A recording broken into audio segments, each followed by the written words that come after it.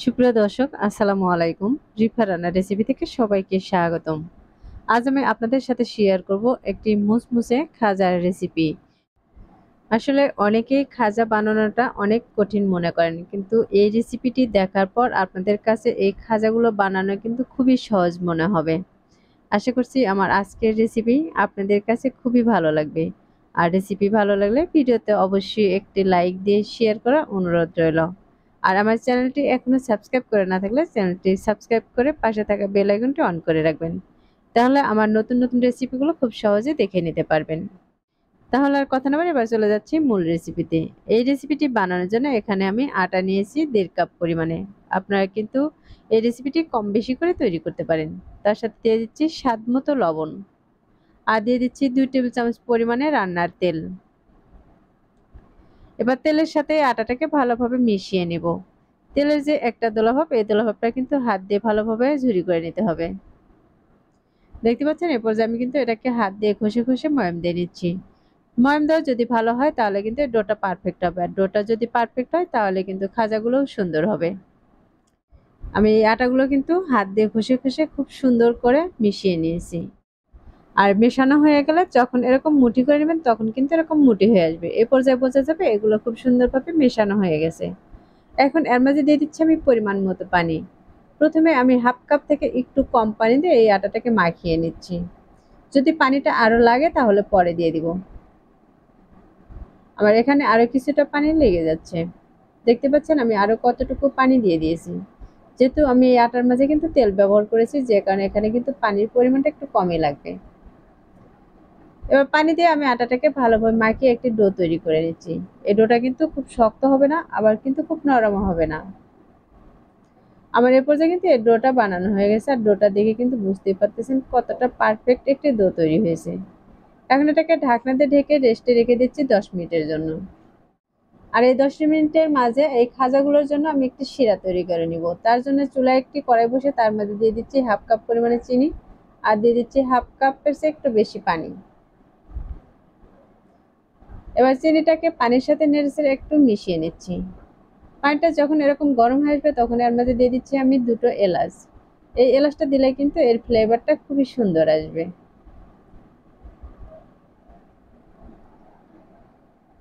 পানিটাকে 2 থেকে 3 মিনিট পর্যন্ত জাল করে আমি একটি ঘন শিরা তৈরি করে নিব। আবার কিন্তু খুব বেশি ঘন করব না, হাতের মাঝে দিয়ে এরকম যখন একটু আঠালো ভাব চলে আসবে তখন আমি এটাকে অফ করে দিব।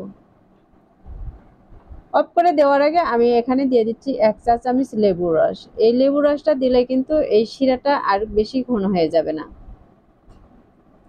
লেবুর রসটা দিয়ে আমি আবার একটু নেড়ে চেড়ে নিচ্ছি। এখন এটাকে সাইডে রেখে দিচ্ছি।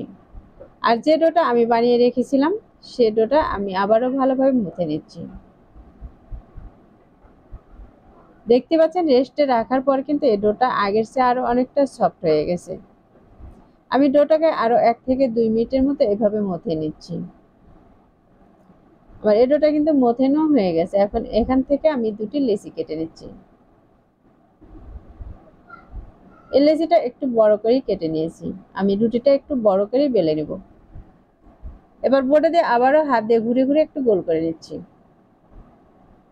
আর হাত দিয়ে চেপে একটু চ্যাপ্টা করে নিচ্ছি। এখন এর উপরে আমি কিছুটা পরিমাণে শুকনো আটা ছড়িয়ে দিচ্ছি। তাহলে এটা রুটি বেলার সময় আর কিন্তু খুব সহজে বোর্ডের সাথে লেগে যাবে না। এবার একটি রুটি বেলনাতে এটাকে একটু বড় সাইজের রুটি বেলে নিব।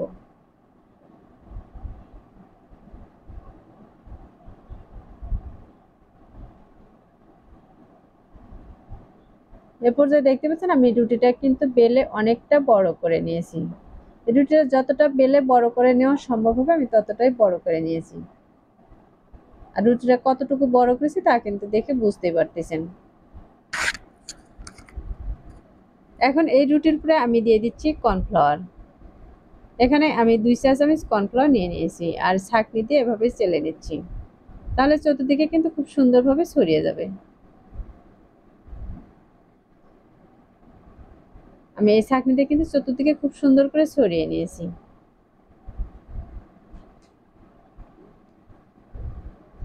এখন এক পাশ থেকে এভাবে আমি মুড়িয়ে নিচ্ছি।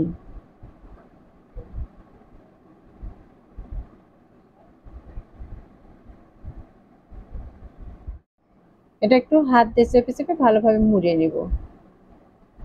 আর এর মাঝে কিন্তু কোনো রকম ফাঁকা রাখা যাবে না। আমি খুব সুন্দর করে কিন্তু এটা মুড়িয়ে নিয়েছি। আর সাইড দিয়ে কিন্তু সামান্য পরিমাণ পানি লাগিয়ে নিচ্ছি, তাহলে এগুলো খাজা বানানোর পর আর কিন্তু খুলে যাবে না। এখন একটি চাকুতে আমি প্রথমে এই অংশটাকে কেটে বাদ দিয়ে দিচ্ছি, তারপরে এরকম ছোট ছোট পিস করে কেটে নিচ্ছি।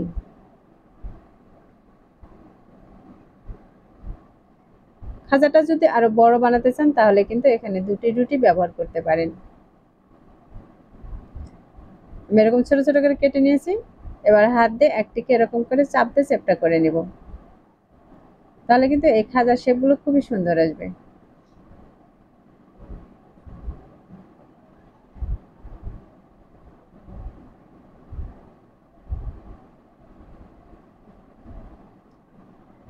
আমি কিন্তু আরেকটি এভাবে হাত দিয়ে চাপ দিয়ে চেপটা করে নিচ্ছি। একভাবে কিন্তু আমি সবগুলোকে এরকম করে চেপটা করে নিব, তাহলে এগুলো ভাজার পরে কিন্তু খুবই সুন্দর হবে। আর এখনই দেখতে পাচ্ছেন এর লেয়ার গুলো কিন্তু খুব সুন্দরভাবে বোঝা যাচ্ছে। আমি এই খাজাগুলো ভাজার জন্য চুলায় একটি ফ্রাই প্যানে তেল দিয়ে তেলটাকে গরম করে নিয়েছি।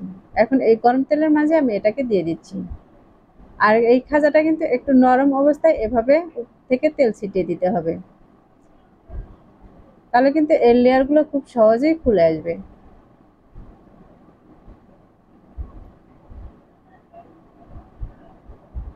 দেখতে পাচ্ছেন এটা উপর থেকে তেল দেওয়ার সাথে সাথে এটা খুব সহজে ফুলে উঠেছে।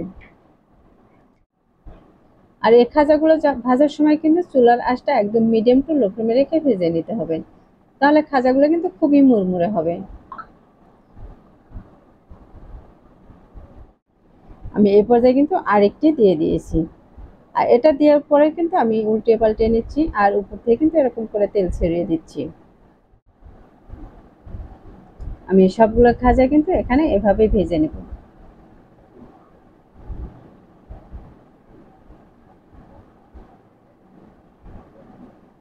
দুপাশে উল্টে পাল্টে খুব সুন্দর একটি কালার করে ভেজে নেব। এটা কিন্তু খুব বেশি কড়া লাল করে ভাজবো না, হালকা ব্রাউন কালার করে ভেজে নিতে হবে।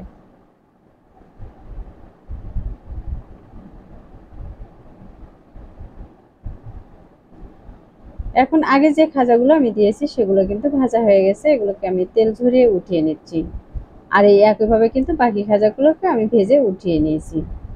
আমার সবগুলো খাজা কিন্তু ভাজা হয়ে গেছে, আর এগুলো কিন্তু হালকা একটু ঠান্ডা করে নিয়েছি। হালকা ঠান্ডা করার পর এগুলোকে আমি যে শিরাটা বানিয়ে রেখেছিলাম তার মাঝে দিয়ে দিচ্ছি। আমি সবগুলো কিন্তু একবারে দেব না, কিছুটা পরিমাণে দিয়ে দুপাশে খুব সুন্দর করে শিরাটাকে লাগিয়ে নিচ্ছি।